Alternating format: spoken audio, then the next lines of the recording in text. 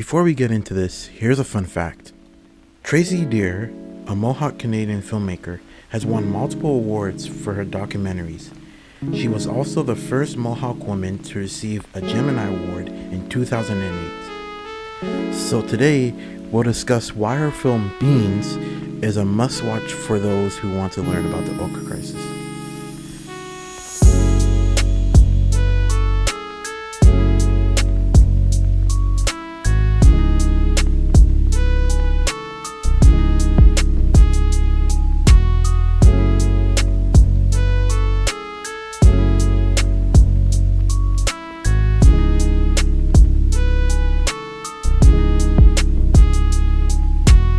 The movie Beans was directed by Tracey Deer, a Mohawk Canadian filmmaker.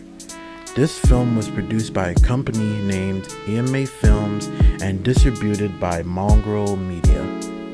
This movie is about the 1990 Ochre Crisis that took place in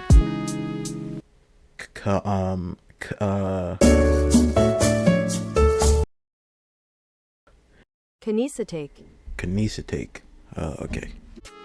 In this movie, we're going to see that same crisis through the eyes of a girl named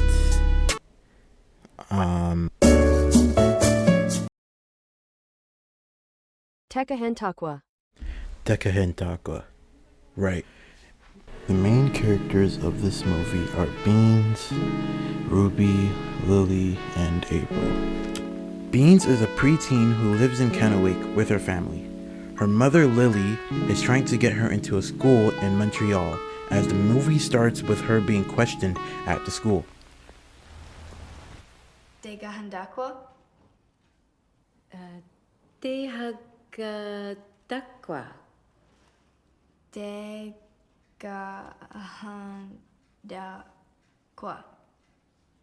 Or you can call me Beans. Everybody does. Thank you, Beans. I hope your drive wasn't too long? No, ma'am. It's really not far. My mom comes here every day for work. She's an executive assistant. Terrific.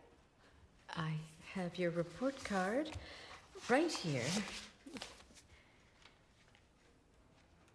Well, your teachers say that you're very focused and determined. Yes, ma'am. Why do you want to come to Queen Heights Academy? I want to get a great education so when I grow up, I could become a doctor or a lawyer. We love big dreams at Queen Heights. And why do you want to become a doctor or a lawyer? Unfortunately, the interview didn't go as planned, so she went home and played with her little sister, Ruby.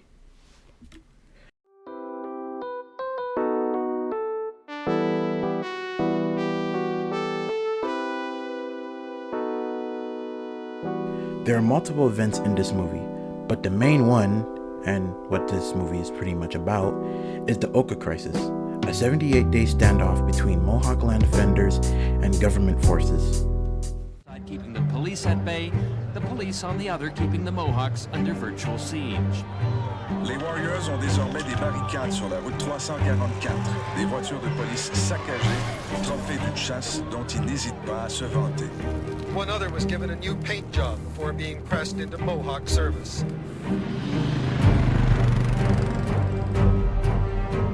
En quelques heures, les policiers passent de 100 à 1000.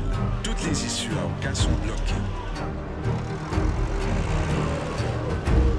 Every vehicle coming in or going out is thoroughly searched by officers dressed in bulletproof vests, obviously looking for smuggled weapons. All of this while the people of the town watch on. We see this whole thing unfold from the perspective of Beans and her family. Because of the event, they weren't letting any trucks in, resulting in a drop of food supply. Lots of tension between government forces, and if things got really bad, an evacuation for women and children. This also forced Beans to grow up quickly as she witnessed the violence and racism in the community. Get on the floor! I said unbuckle! Now!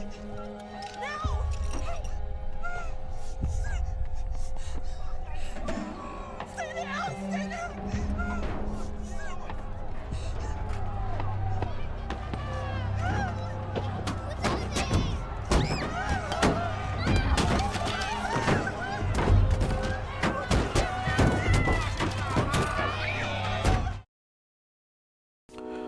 thing I noticed in this movie is how realistically it portrays teenagers, including the way we talk.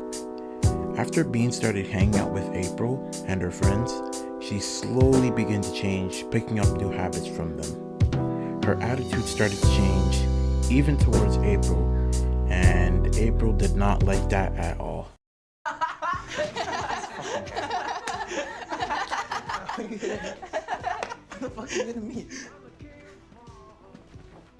Look, I'm sorry, okay?